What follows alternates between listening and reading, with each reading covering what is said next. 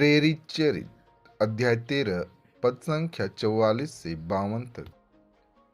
अगले विश्राम दिवस नगर के प्रायः सब लोग ईश्वर का वचन सुनने के लिए इकट्ठे हो गए।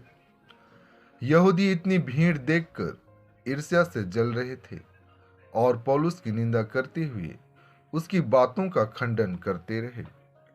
पौलुस और बरनाबास ने निडर होकर कहा, यह आवश्यक था कि पहले आप लोगों को ईश्वर का वचन सुनाया जाए, परंतु आप लोग इसे अस्वीकार करते हैं और अपने को अनंत जीवन के योग्य नहीं समझते।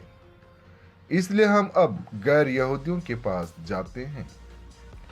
प्रभु ने हमें यह आदेश दिया है, मैंने तुम्हें राष्ट्रों की ज्योति बना दिया है, जिससे तुम्हारे द्वारा मुक्ति का संदेश पृथ्वी के सीमांतों तक फैल जाए। गैर यहूदी यह सुनकर आनंदित हो गए और ईश्वर के वचन की स्तुति करते रहे। जितने लोग अनंत जीवन के लिए चुने गए थे उन्होंने विश्वास किया और सारे प्रदेश में प्रभु का वचन फैल गया। किंतु यहूदियों ने प्रतिष्ठित भक्त, महिलाओं तथा नगर के नेताओं को उभाड़ा, पौलुस तथा बरनबास के विरुद्ध उपद्रव खड़ा कर दिया और उन्हें अपने इलाके से निकाल दिया। पौलुस और बरनबास उन्हें चेतावनी देने के लिए अपने पैरों की धूल झाड़कर इकोनियम चले गए। शिष्य आनंद और पवित्र आत्मा से परिपूर्ण थे। संत योहन आज का पवित्र सुसमाचार अध्याय 14 पद संख्या 7 से 14 तक। यदि तुम मुझे पहचानते हो तो मेरे पिता को भी पहचानोगे।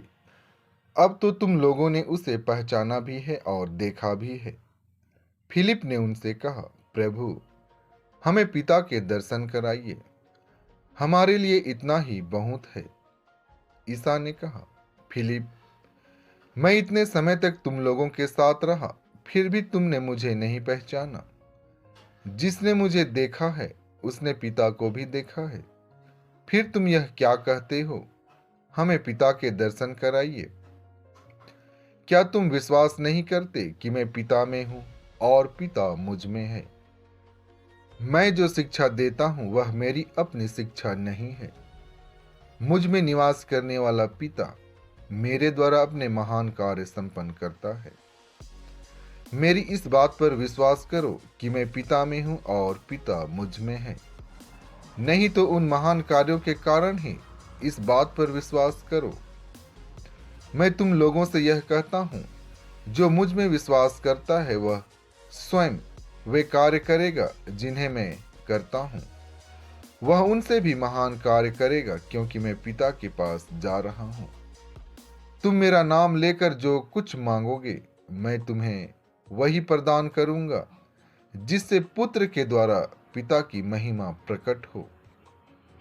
यदि तुम मेरा नाम लेकर मुझसे कुछ भी मांगोगे तो मैं तुम्हें वही प्रदान करूंगा।